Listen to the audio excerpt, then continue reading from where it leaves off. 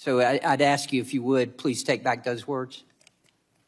They're retracted. Thank you. Today was RFK Jr.'s turn to be dragged out in front of the Energy and Commerce Committee to testify about the submitted budget for HHS, and he had a lot to answer for. From his use of AI making up sources in the MAHA report, to his gutting of studies into Alzheimer's and other diseases, and his making it harder to recover from addiction, which he himself struggles with.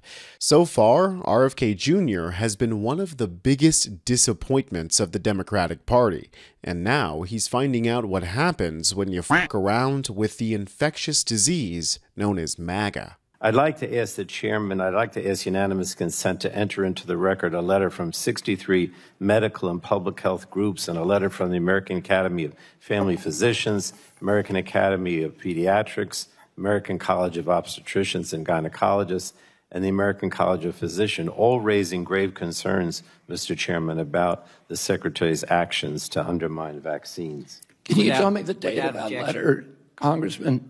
No, I'm not asking a question. I have something to ask. Okay, because I think that letter was sent I'm just asking about a week after I got in Mr. here. Chairman, I haven't gotten any questions. I'm just asking unanimous consent to enter these into the record. Without objection.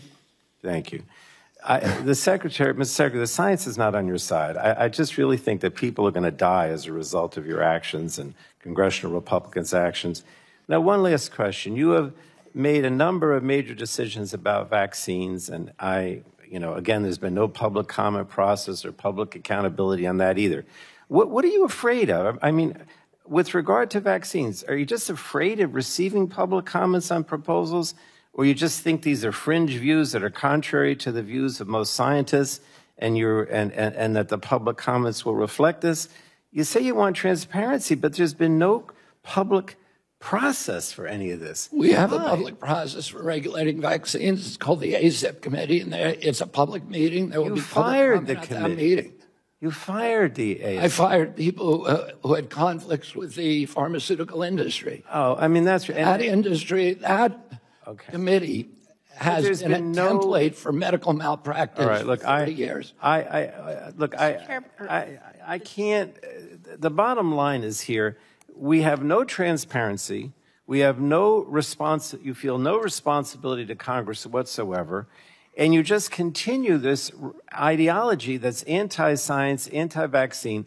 That's all I see. I see nothing else. And I don't think I'm ever going to get a response. And so I'm going to have to Will the gentleman yield? My time is up. Mr. Chairman, this is the Committee of Jurisdiction. The gentleman has yielded. If I can take a minute just to respond to something that Congressman Pallone said, and I'll address you, Congressman Pallone. 15 years ago, you and I met. You were at that time a champion for people who had suffered injuries from vaccines. You were very adamant about it. You were the leading member of Congress on that issue.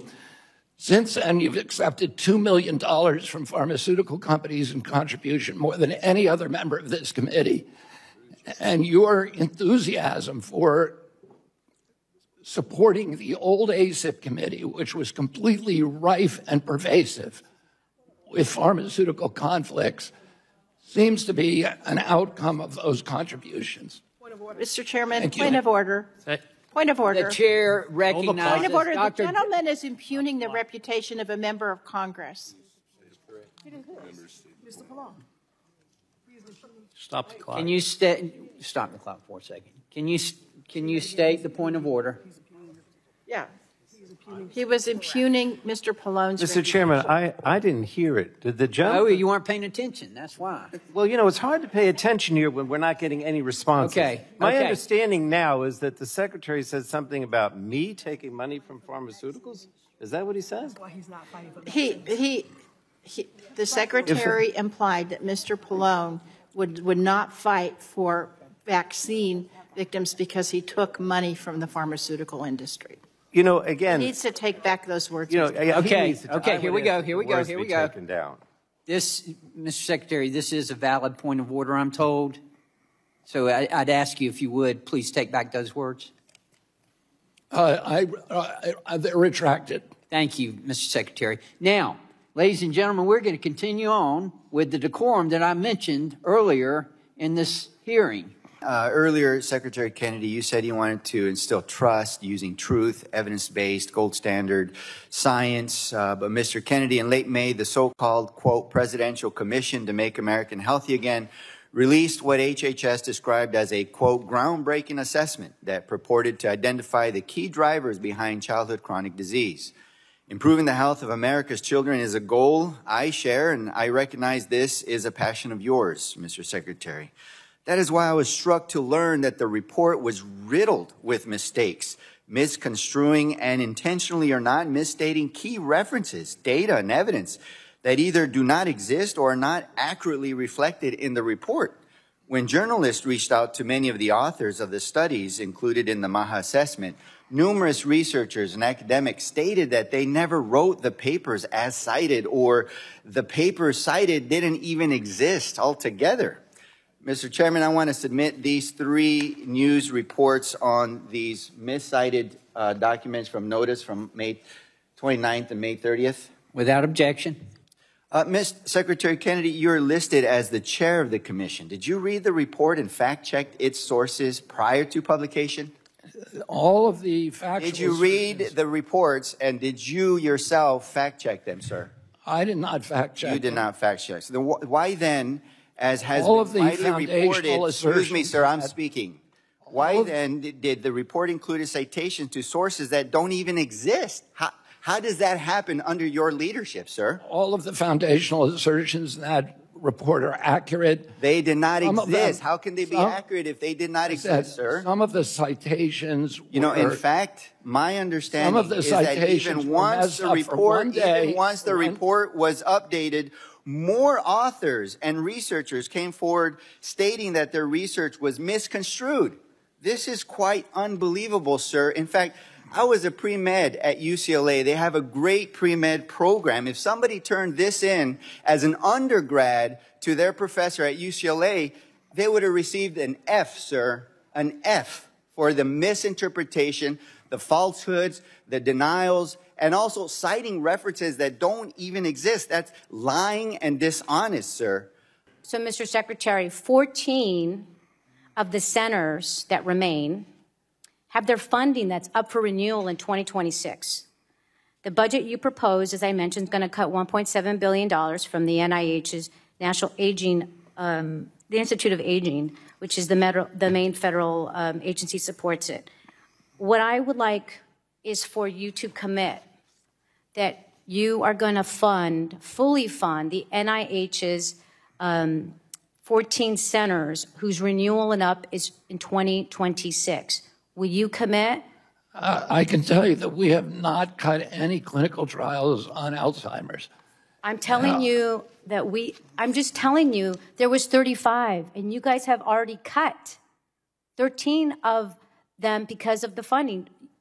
This was congressionally approved dollars on a bipartisan basis. There is almost nothing more bipartisan than Alzheimer's funding, okay? Money was approved, congressionally approved dollars, and your agency has cut 13 of 35. I'm simply asking for a simple commitment, and that is from the 14 that remain, okay, that you at least commit to fully funding those. I'm happy to work with you on this, Congresswoman. I don't know that what you're saying is true. It's something that I'll have to confirm, and I'm happy to work with you on it. Well, I appreciate that you're going to work with me on that. But it is troubling that the head of the department doesn't know about these drastic cuts to something like Alzheimer's, which is so very, very critical. Again, I don't know what you're telling me is true, but I'm happy to work with you on it. Gentleman's time has expired. And now I have a few questions for you, Mr. Secretary. Mr. Secretary, do you believe the United States is currently facing an opioid crisis? Yeah, and that's why I've reauthorized. So you do. So do you believe the federal government has a responsibility to combat this crisis, yes or no? The federal government has a role in it, certainly. Thank you. An important role. Mr. Secretary, you're aware that the president's own brother died from addiction. You've heard J.D. Vance, the vice president of the United States, talk about his mother's addiction. And you've talked about your own history and your own addiction issues in 1983, where you sought treatment for heroin addiction at a rehab facility in New Jersey. Was that treatment effective for you? I've been sober. Okay. I also would point out that I lost a brother to this disease. It's a priority for me, and it's going to be a priority for HHS. And let me also ask you, do you believe, yes or no, do you believe that structured recovery programs were essential to your own recovery? My recovery program was mainly. Yes or no? Do you think that was important for your own recovery? It was important. Okay, so Mr. Secretary, overcoming addiction is commendable. I've had family members that have overcome addiction. I commend you for that. But not everyone have the resources that your family has to get the care that they need. And because you know better than anyone that recovery without treatment is challenging at best. So, Mr. Secretary, please tell me, why would you deny millions of Americans the same access to care that saved your life?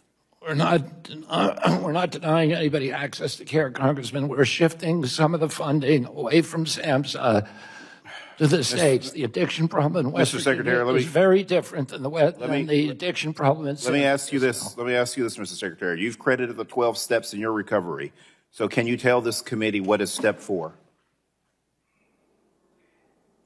It's making a fearless inventory. Is making a fearless inventory of ourselves. Yeah. And you remember that one. And do you remember step 12? Yeah, it's having had a spiritual awakening, we try to help other alcoholics and addicts. So tell me, Mr. Secretary, yes or no, does cutting off treatment for people still suffering align with step 4 and step 12? We're not cutting off treatment for anybody, Congressman. As I said, I'm happy to explain it, but you don't give me any chance to answer questions, which is part of the game that we play here. Mr. Secretary, I've heard your story. Again, I think that it's great that you talked about your recovery. But, man, you can't pull the ladder and shut the door. There are people like President Trump's family and your family that have resources, but there are families like mine and Secretary Vance's. Gentleman's time has expired. As we said, we're not denying. Time has We're expired. not taking treatment away from anybody. Committee. I'd like to bring your attention to termination of HIV vaccine studies. These cuts make up $258 million. Secretary Kennedy, did you make the decision to terminate these studies? I didn't personally make that decision, but I understand. You sanctioned them. How could you possibly justify such an action? We've been studying been promising an HIV vaccine since 1984. And every year Congress pours money into it, and every year because they haven't come up with year what it accomplishes cut the nothing. forward motion by getting rid of NIH dollars that critically do research that save lives, and because it hasn't happened yet, well, we haven't. Sir, it's my time. It's my time. Show me one life. It's my time, sir. Show me one. I can show you a whole lot of lives if you got a minute. I'm insulted that you would suggest that there aren't lives that have been lost. People are dying every day, sir. And for you to say, show me one, there are people all over this country that are suffering the loss of their loved ones. Sir, here's the reality. Here's a whole bunch of studies that I'd like to submit for unanimous consent to the record that will debunk many of the things that you're saying and will, in fact, prove that you aren't being forthright with us or the American people. May I, sir? Without objection. As we look and we listen and we see where we are, the challenge and the fear, sir, of the state of now and the arrogance and the unwillingness to be forthright with the American people. Mr. Secretary, your uncle, President John F. Kennedy, and your father, Senator Robert F. Kennedy, were towering champions for working Americans, for justice, for dignity, and for those without a voice. They fought to lift people up. So I'll ask this rhetorical question as I end. The gentleman's time has What expired. happened? The What gentleman's time has expired. The happened? chair now What recognizes happened? the gentleman from New I York, yield. Mr. The full extent of the damage that RFK Jr. has done to our nation's health has yet to be seen. To be perfectly honest, the death toll for the Trump administration so far is probably already massive. when you include Doge cuts to U.S. aid, RFK Jr. guiding HHS down this dark road, and, of course, Trump leading us into World War III. It's absolutely stunning the level of destruction someone can cause despite having the intelligence of a goldfish. If you guys enjoy this kind of coverage that gets straight to the point and shows you the stuff that MAGA doesn't want you to see, then you can join us here at Really American by subscribing and dropping a blue heart below. I'm Tony Hinderman with Really American, and I'll catch you next time.